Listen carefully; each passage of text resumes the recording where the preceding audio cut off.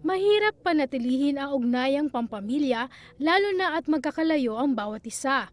Nariyan ang physical distance, school at office works at marami pang iba.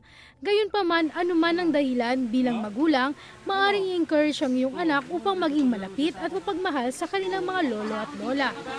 Gawing regular ang pagbisita. Kung malapit rin lang naman ang bahay ng iyong lolo at lola, planuhin ang pagbisita sa kanilang bahay o kaya naman ay vice versa. Sa gayon, nagkakaroon sila ng time na mag-bonding. Kung malayo naman ang kanilang bahay, magplano ng out-of-town trip upang bisitahin sila kahit once a month lamang.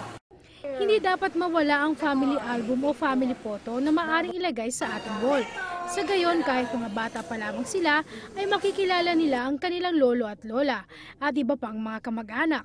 Ikwento sa kanilang masasayang alaala upang ito ang kanilang matandaan at kahit nasa malayo ang kanilang mga grandparents, kasasabikan nila itong makita. Ang role ng grandparents sa paglaki ng iyong anak ay kritikal, pero nai-enjoy naman ito ng mga grandparents.